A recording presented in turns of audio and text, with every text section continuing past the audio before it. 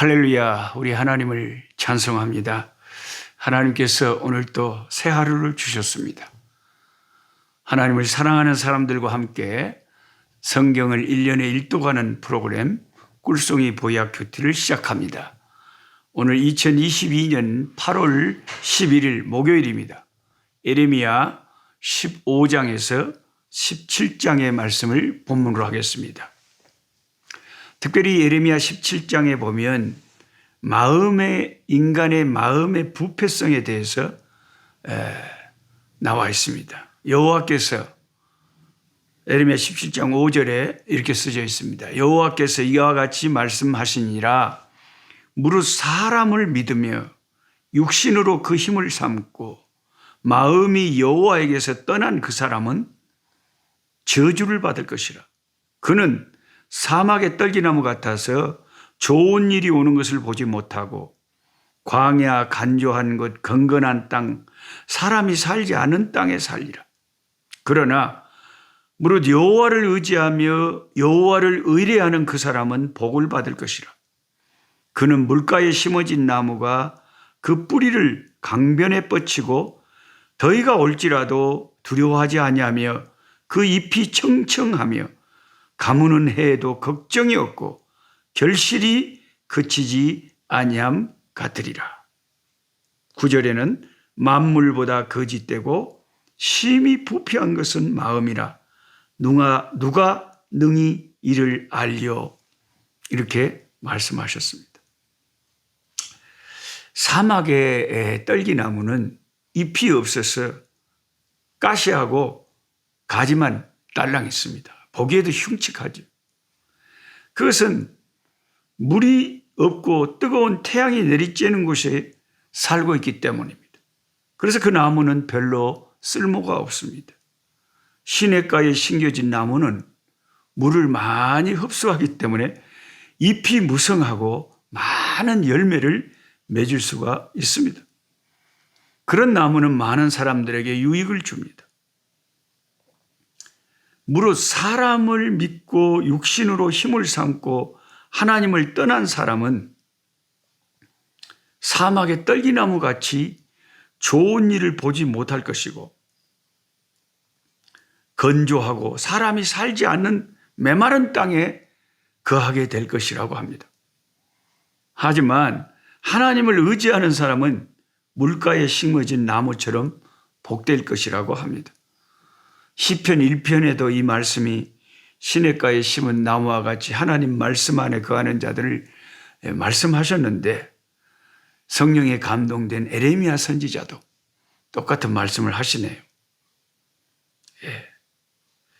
물질을 의지하는 자는 물질이 실패하고 물질이 없어질 때 그는 고통을 당합니다. 사람을 의지하고 사는 사람들은 사람들에게 상처를 받기가 쉽습니다. 우상을 의지하는 자는 그것이 자기가 원하는 것을 해줄 수 없다는 걸 알게 될 때에 고통을 당합니다. 그러나 하나님을 의지하는 자는 항상 변함없이 평강을 얻고 소망 가운데 삽니다. 그것은 왜냐하면 물질과 사람은 가변적이고 하나님은 영원히 변하시지 않는 똑같으신 하나님이시기 때문입니다. 사람은 지혜와 사랑과 능력이 한계가 있지만 하나님은 무한하신 능력을 가지신 하나님이시기 때문입니다. 그래서 우리가 물질을 의지하지 말고 사람을 의지하지 말고 오직 예수, 오직 하나님, 오직 성령님 삼위 하나님만 의지하고 사는 자들이 복된 것입니다. 사람을 의지하지 말라 그래요. 육신으로 힘을 삼지 말래요. 육신의 힘이란 것이 내 건강, 내가 가지고 있는 재산, 내 자식, 내 세상에서 있는 것들, 그런 것들을 힘을 삼지 말래요. 마음이 여호와에게서 떠나지 말래요. 그런 사람들은 인생 전체로 보면 사막 같은 건건한 땅에 메마른 땅에 사는 삶을 살게 됩니다. 근데 항상 하나님만 바라보고 오직 주만 바라보고 주만 따라가는 자들은 시냇가에 심은 나무같이 산다는 거예요. 네. 특별히 오늘 우리 인간의 마음에 대해서 좀 깊이 묵상을 해봤으면 좋겠습니다. 우리의 마음에 대해서 성경이 가르치는 것은 에레미야 17장 9절에 만물보다 거짓되고 심히 부패한 것은 마음이라 누가 능히 이를 알리오 그랬습니다. 예, 만물보다 거짓되고 심히 부패한 것은 마음이다. 우리가 이런 성경을 잘 깨닫지 못할 때는 우리 마음이 뭐 얼마나 더러울까? 우리 마음이 뭐 어때서? 이런 생각을 하기가 쉬운데 성경은 명백하게 우리 마음의 부패성에 대해서 굉장히 강조를 하고 있습니다. 굉장히 강조를. 만물보다 거짓되고 심히 부패한 것은 마음이라 누가 이것을 깨닫겠느냐. 보통 우리가 그렇게까지 심각하게 생각을 못하는 거죠. 네.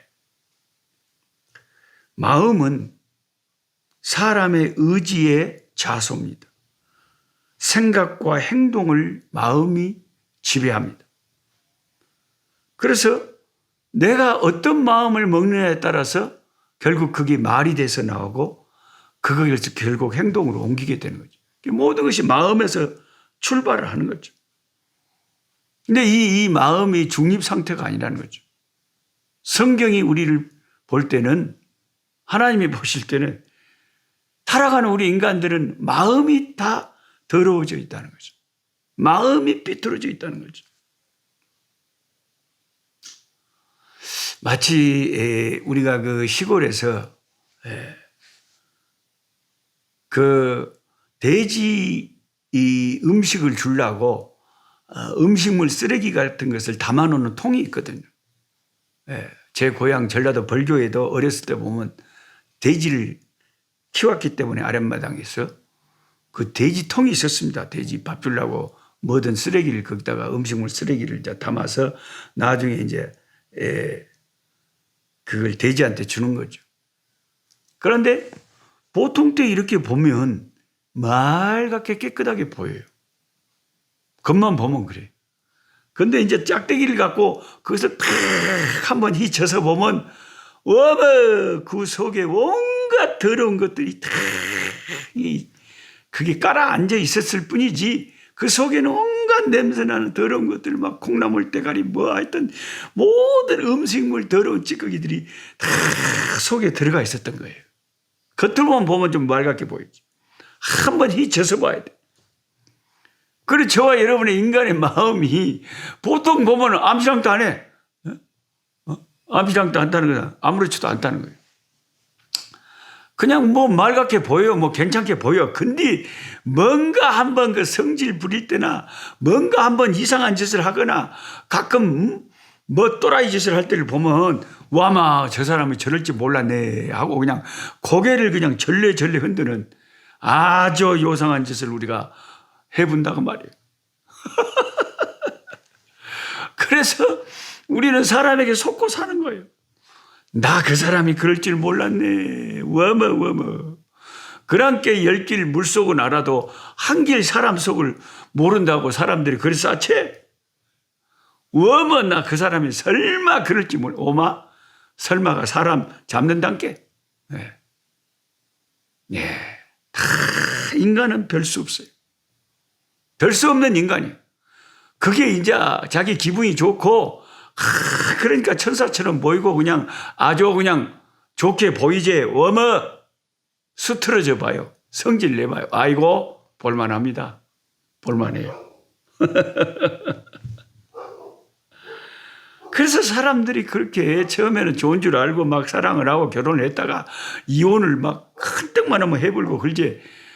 그 사람의 마음이 좋다면은 뭐 인간 세상이 그렇게 복잡하겠어요? 결국 인간 세상에 이렇게 전쟁과 경쟁과 아우성 이런 고통이 많은 것은 왜 그래요? 결국 그 인간들의 모든 마음들이 부패하고 썩어 있기 때문 아니겠습니까? 이게 성경이 정확한 잣대로 말하는 거예요. 성경이 진실을 말하는 거죠. 예수님께서 뭐라고 하셨냐면 마가복음 7장에 21절부터 보면 속에서 사람의 마음에서 나오는 것이 뭐냐? 그게 악한 생각, 곧 음란, 도둑질, 살인, 죽여본다 그런 마음, 간음, 욕심, 탐욕, 악독, 속임수, 음탕, 질투, 비방, 교만, 어리석음, 이 모든 악한 것들이 다 사람 마음 속에서 나와서 그 사람을 더럽히느니라. 이렇게 예수님께서 말씀하셨어요. 뭐 우리 속에 들어가는 그 유대인들이 뭘 먹으면 더럽고 뭘 안 먹으면 안 더럽고 이게 우리 뭐 음식물 들어가는 게 우리를 더럽게 하는 게 아니라 마음 속에서 나오는 것들이 더럽다는 거예요. 사도 바울은 이를 뭐라고 표현하냐면 육신의 소욕이다 그래요. 육신의 소욕. 이것은 인간이 태어날 때부터 가지고 있는 죄성. 뭐 애기들이라고 해서 이런 죄성이 없는 다 육체의 죄성이 우리 마음에 가득 차 있는 거예요. 육체의 욕망이죠. 갈라디아 5장에 육체의 일은 현저하니 곧 음행과 더러운 것과 호색과 우상 숭배와 주술과 원수 맺는 것과 싸움질하는 것과 시기와 분을 내는 것과 당을 짓는 것과 분열함과 이단과 투기와 술 취함과 방탕함과 또 그와 같은 것들이라. 전에 너희에게 경계한 것 같이 경계하노니 이런 일을 하는 자들은 하나님의 나라를 유업으로 받지 못할 것이다. 이런 일을 하는 자들은 계속해서 그런 일을 하는 자들이죠. 그게 이제 성령이 없는 자들이죠. 이 육체의 소욕은 성령의 소욕을 거스려 원하는 것을 하지 못하게 합니다. 갈라디아서 5장 17절에 육체의 소욕은 성령의 소욕을 거스리고 성령의 소욕은 육체의 소욕을 거스리냐. 이 둘이 서로 대적을 해서 너희가 원하는 것을 하지 못하게. 성령의 충만함을 받으면 육체의 소욕을 덜하게 돼요. 그런데 육체의 욕심이 강해버리고 성령의 감동이 약해버리면 성령의 감동을 그냥 눌러불고 육체적인 일을 하게 되는 거예요. 예수 믿는 사람들. 그래서 결국 저와 여러분에게 오늘 또 힘써야 될 것은 성령 충만. 성령이 충만할 때 내 타락한 마음, 육체 모든 것도 우리가 성령의 은혜 가운데서 조절하고 억누르고 이기고 승리할 수 있지. 성령의 감동이 약해버리면 오늘 하루를 살 때 성령을 따라 사는 것이 아니라 내 육신을 따라 살아본단 말이에요. 그러니까 예수 믿는 사람이 싸움을 해불고 막 욕을 해불고 죄에 빠져불고 그런 것은 내 마음의 죄악과 육신의 소욕에 이기지 못하고 넘어져 버린 거죠. 그래서 잠언 4장 23절에 모든 지킬 만한 것 중에서 뭘 제일 지켜야 되냐? 재산도 아니다. 뭘 지켜야 되냐? 네 마음을 지켜라. 마음을 지켜라. 생명의 근원이 이에서 납니다. 네 마음에 늘 성령님을 모시고 성령과 동행하고 말씀으로 무장하고 이렇게 마음을 지켜야지. 네 마음을 육신의 소욕에게 그대로 내어줘 버리면 거기에서부터 죄가 발생한다는 거죠. 갈라디아 5장 16절에 내가 이르노니 너희는 성령을 따라 행하라. 그리하면 육체의 욕심을 이루지 아니하리라. 그러니까 저와 여러분이 오늘 하루를 살 때에 육신대로 살 것이냐 은혜 가운데 살 것이냐 하는 것을 판가름 낼 수 있는 것이 성령을 내가 충만하게 받고 성령을 의지하고 성령에게 순종하고 성령과 동행해야 되는 것입니다. 그래야 육체의 욕심을 저절로 이길 수가 있지, 인간의 힘으로 하려고 하면 그게 불가능한 거죠. 성령을 따라 행하는 저와 여러분의 오늘 하루, 2022년 8월 11일 목요일이 되시기를 주님의 이름으로 축복합니다. 하나님 아버지, 오늘 또 예레미야 선지자의 글들을 읽으면서 우리의 마음에 대해서 생각해 봅니다. 우리가 사막의 가시나무같이 그런 인생을 살기를 원하지 않습니다. 시냇가에 심은 나무처럼 부요하고 풍성하고 아름답게 살기 원합니다. 그러려면 전적으로 하나님을 의지하고 하나님과 가까이 살아요. 하나님 말씀에 우리의 마음이 무장되고 성령을 따라 살아야 됨을 믿습니다. 자신의 물질을 의지하고 자신의 힘을 의지하고 세상 것을 의지하고 인간들을 의지하고 사는 자들은 사막의 떨기나무 같이 된다고 했습니다. 하나님, 세상에서 가장 부패한 것이 우리 마음이고 인간의 마음입니다.